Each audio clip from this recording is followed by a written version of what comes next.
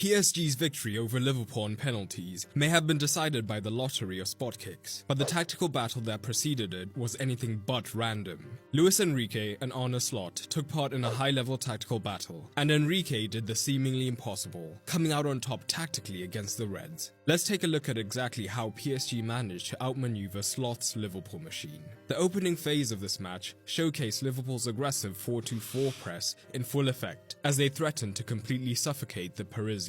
The pressing structure has been causing nightmares for opponents all season, and initially PSG were no exception. Liverpool's front three, joined by Szoboszlai from the midfield, created a first layer that looked impossible to penetrate at times, with all of PSG's back four consistently finding themselves under pressure.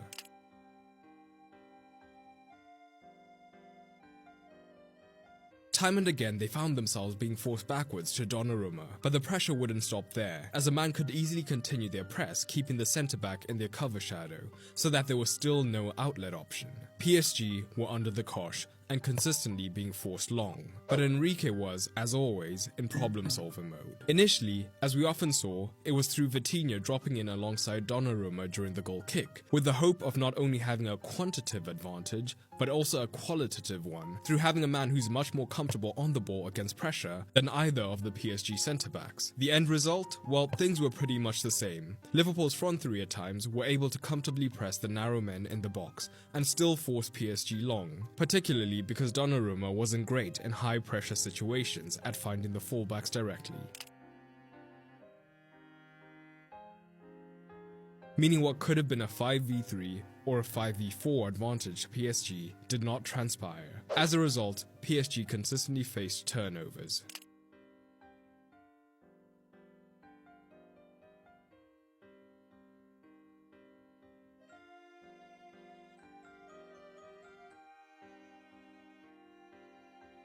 But the turning point came when Luis Enrique made a subtle but crucial adjustment. Vitinha returned to his midfield position from these deeper zones, entrusting his back four to begin the build-up. Initially, this wasn't too much of a concern for Liverpool, as they could still either operate with a dedicated man-to-man shape in the midfield, or the 4-2-4 which had given them so much success early on. But the difference now was Dembele was beginning to drop deeper and deeper, meaning Les Parisiens were now 4 versus 3 up in the midfield, as we often saw in the first leg, and this caused indecision in Liverpool's defensive shape. The centre-backs often were not backing up the press, meaning a Liverpool man higher up would have to choose between pressing a midfielder deep or the drop in Dembele.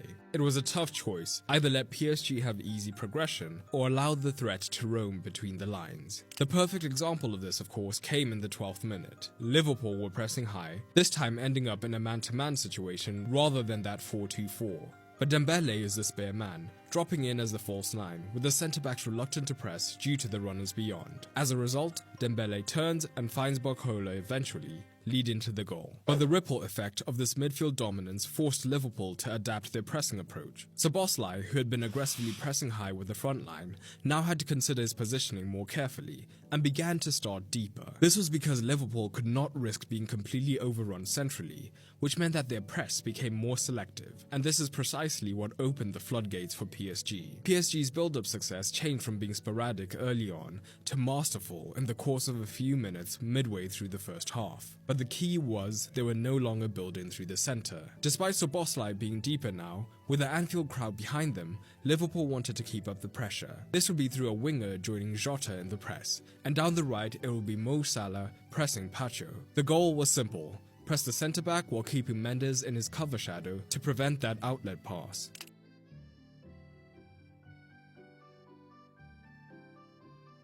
It worked in fits and spurts, but Pacho's build-up play was masterful. Consistently, he kept calm under pressure, taking his first touch higher up the pitch, which had a double effect on the press. Firstly, it drew Salah in further towards him, but secondly, it changed the passing angle into Mendes, meaning that the left-back was no longer in Salah's cover shadow. The result? The Portuguese could be found with room to push up, and again, the Liverpool midfield was reluctant to cover due to the presence of Dembele.